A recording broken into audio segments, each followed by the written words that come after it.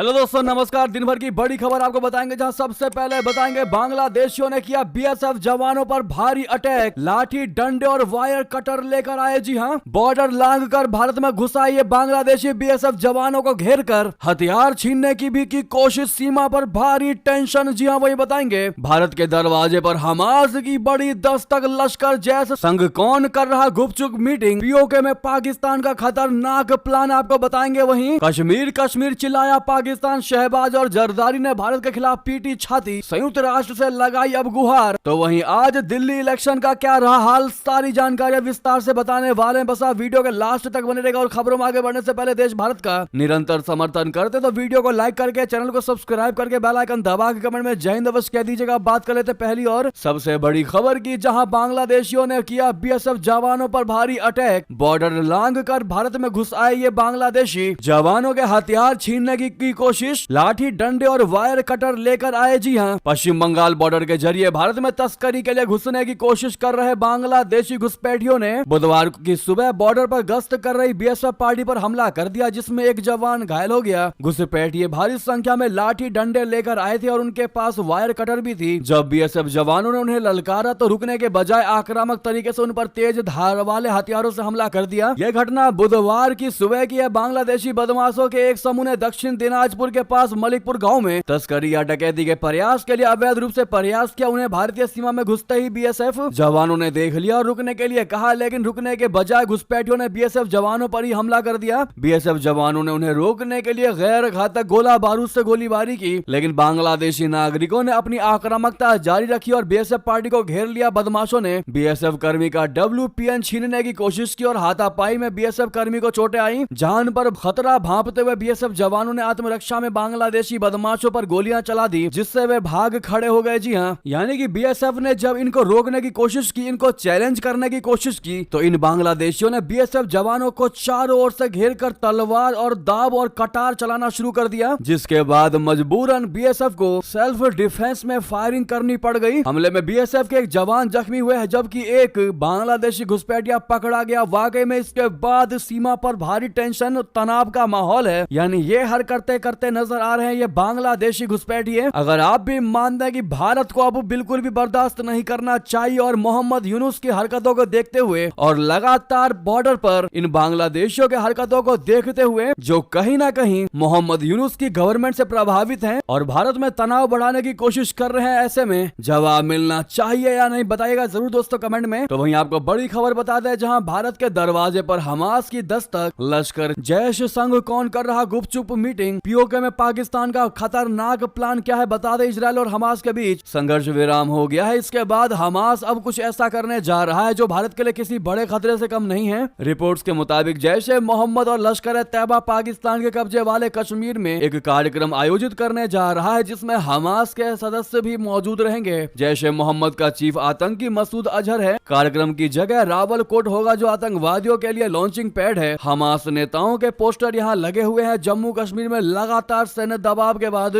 जैश ए मोहम्मद काफी कमजोर हो चुका है, जिस कारण अब उसे लोगों से जुड़ने के लिए हमास की मदद लेनी पड़ रही है। पीओके के साबिर शहीद स्टेडियम में Kashmir solidarity and Al Aqsa flood conference के नाम से 5 फरवरी को एक मीटिंग की जा रही है। हमास के नेताओं की पीओके में मौजूदगी भारत के लिए बड़ी अच्छी खबर नहीं है। सवाल ये उठता है कि क्या अब समय आ गया है कि भारत को भी हमास को एक आतंकी संगठन घोषित कर देना चाहिए। दरअसल भारत सरकार ने अभी तक हमास को एक आतंकी संगठन नहीं माना है। भारत लगातार फलस्तीन का समर्थन करता रहा है। इजराइल बार बार भारत से यह मांग करता रहा है कि उसे हमास को एक आतंकी संगठन मानना चाहिए। साल 2023 में इजराइल ने एक ऐसी ही मांग करते हुए भारत में 26/11 हमले के लिए जिम्मेदार लश्कर तैयबा को एक आतंकी संगठन घोषित किया था। जी हां, तो उधर पंजाब से 30 और हरियाणा गुजरात से 33। जी हां, अमेरिका से डिपोर्ट कर लाए गए प्लेन में किस राज्य के कितने लोग बता दें। अवैध प्रवासी भारतीय नागरिकों को लेकर अमेरिका का मिलिट्री विमान आ चुका है। यह विमान पंजाब के अमृतसर में गुरु रामदास जी इंटरनेशनल एयरपोर्ट पर लैंड हुआ। अमेरिकी सैन्य विमान C-17 में 13 बच्चों समेत 104 अवैध अप्रवासी सवार थे। इनमें 79 पुरुष और 25 महिलाएं हैं। जानकारी के मुताबिक विमान में पंजाब से 30, हरियाणा से 33, गुजरात से 33, महाराष्ट्र से 3, यूपी से 3 और चंडीगढ़ से 2 नागरिक है। अमेरिका में डोनाल्ड ट्रंप के दूसरी बार सत्ता संभालने के बाद अवैध प्रवासियों के खिलाफ अभियान चलाया जा रहा है और उन्हें वापस भेजा जा रहा है। यह अमेरिका में रह रहे भारतीयों का पहला निर्वासन है। इससे पहले अमेरिकी सैन्य विमान C-17 ने सैन एंटोनियो टेक्सास से उड़ान भरी थी। आज ये विमान दोपहर 1:59 अमृतसर एयरपोर्ट पर उतर गया। भारतीय नागरिकों को लेने के लिए पुलिस और प्रशासन के अधिकारी भी एयरपोर्ट पर मौजूद रहे। अमेरिकी दूतावास का एक प्रतिनिधि भी हवाई अड्डे पर मौजूद रहा। सूत्रों के मुताबिक वापस भेजे गए अधिकांश लोगों को अमेरिका मैक्सिको बॉर्डर पर पकड़ा गया। हालांकि ये लोग भारत में अपराधी नहीं हैं। इन लोगों ने देश छोड़ने के लिए कानूनी रास्ता अपनाया। हालांकि आरोप है कि उन्होंने अवैध ढंग की रूट के जरिए अमेरिका में एंट्री करने की कोशिश की। जी हाँ, तो वहीं बड़ी खबर आपको बता दें, जहां पर कश्मीर कश्मीर चिल्लाया पाकिस्तान, शहबाज शरीफ और जरदारी ने भारत के खिलाफ पीट ली छाती। संयुक्त राष्ट्र से लगाई अब ये गुहार। दरअसल शहबाज शरीफ का कहना है कि कश्मीर कभी भी उनका हिस्सा हो ही नहीं सकता। बता दें, कंगाल पाकिस्तान के लिए अपने लोगों को संभालना मुश्किल हो रहा है, लेकिन वो कश्मीर कश्मीर चिल्लाने से बाज नहीं आ रही है। पाकिस्तान के राष्ट्रपति आसिफ अली जरदारी और प्रधानमंत्री शहबाज शरीफ ने एक बार फिर कश्मीर का राग अलापा है। बुधवार 5 फरवरी को पाकिस्तान कथित तौर पर कश्मीर एकजुटता दिवस मना रहा है। पाकिस्तान के सरकारी रेडियो की रिपोर्ट के मुताबिक जरदारी और शरीफ ने कश्मीर को लेकर अंतरराष्ट्रीय समुदाय के सामने गुहार लगाई है। एसोसिएटेड प्रेस ऑफ पाकिस्तान यानी एपीपी की रिपोर्ट के मुताबिक शहबाज शरीफ ने कहा कि मध्य पूर्व में हाल के घटनाक्रमों ने दिखाया है कि लंबे समय से चले आ रहे विवादों को बढ़ने नहीं दिया जाना चाहिए। उनका इशारा गाजा में इजराइल और हमास युद्ध की तरफ था, जो आगे बढ़कर लेबनान और यमन तक पहुंच गया। शहबाज शरीफ ने कहा कि पाकिस्तान कश्मीर एकजुटता दिवस मना रहा है ताकि कश्मीरी लोगों के प्रति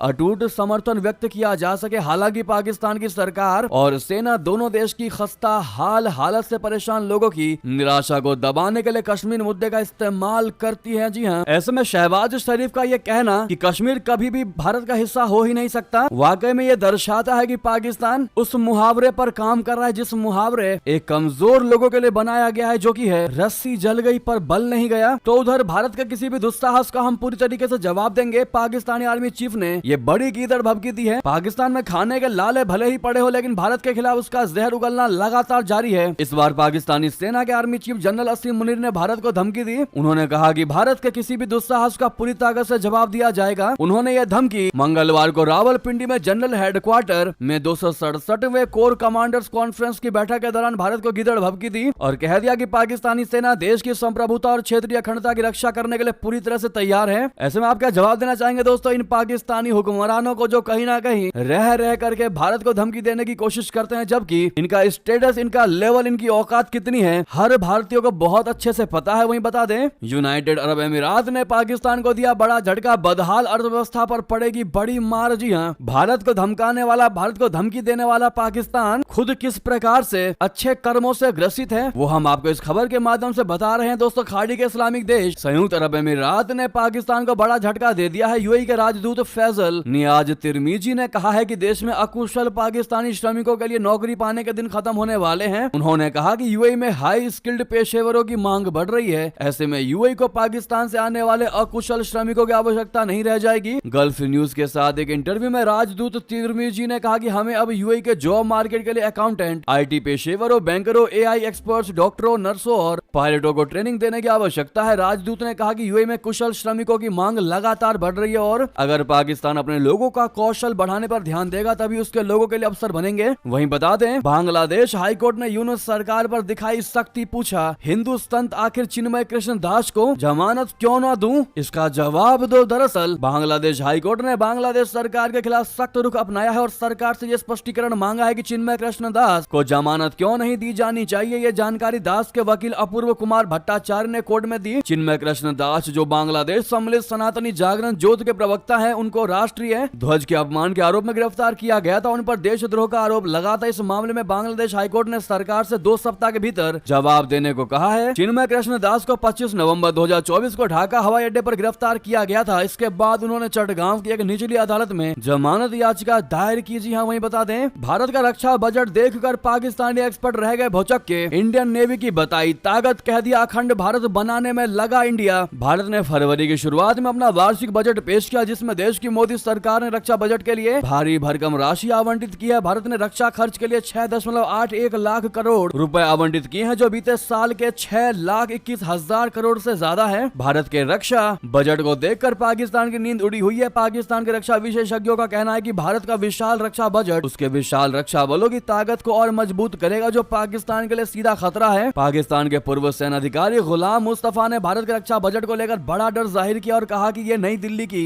बीजेपी सरकार सरकार की अखंड भारत बनाने की योजना का ही हिस्सा है। गुलाम मुस्तफा ने कहा कि भारत का जो ख्वाब है वो आज के इंडिया की सीमा तक सीमित नहीं है। जब वो अखंड भारत की बात करते हैं तो उसमें पाकिस्तान शामिल है, अफगानिस्तान का काफी हिस्सा शामिल है। जी हाँ, तो वहीं आपको बता दें डोनाल्ड ट्रंप का दो टूक ऐलान, कहा मैंने ऑर्डर दे रखा है अगर मुझे कुछ भी हुआ तो ईरान धरती पर ही नहीं बचेगा। जी हाँ, अमेरिकी राष्ट्रपति डोनाल्ड ट्रंप ने इजरायली प्रधानमंत्री बेंजामिन नेतन्याहू से मंगलवार को व्हाइट हाउस में मुलाकात की। इस दौरान ट्रंप ने गाजा को लेकर अपने ब्लूप्रिंट को लेकर भी बात कही है, साथ ही ईरान को दो टूक चेतावनी भी दे डाली है। ट्रंप ने ईरान को खुली धमकी देते हुए कहा कि अगर तेहरान ने उनकी हत्या करने की कोशिश की तो वो अंजाम भुगतने के लिए तैयार रहे। अमेरिकी राष्ट्रपति ने ईरान पर आर्थिक दबाव बनाने वाले एग्जीक्यूटिव ऑर्डर पर हस्ताक्षर किए। ट्रंप ने कहा कि अगर ईरान ने मेरी हत्या की कोशिश की तो उन्हें नेस्तनाबूद कर दिया जाएगा, कुछ भी नहीं बचेगा। मैंने अधिकारियों को निर्देश दे रखे हैं कि ऐसा होने की स्थिति में ईरान का नामो निशान मिटा दिया जाएगा। तो वहीं आपको बता दें दिल्ली चुनाव को लेकर क्या है अभी की बड़ी खबर। वोटिंग खत्म हो चुकी है, 5 बजे तक करीब 58% मतदान हुए हैं। मुस्तफाबाद सबसे आगे है। जी हाँ, चुनाव के मामले में बता दें दिल्ली विधानसभा चुनाव के लिए वोटिंग पूरी हो चुकी है। राजधानी की सभी 70 सीटों पर मतदान शाम 6 बजे तक चला। इस दौरान दिल्ली के वोटर्स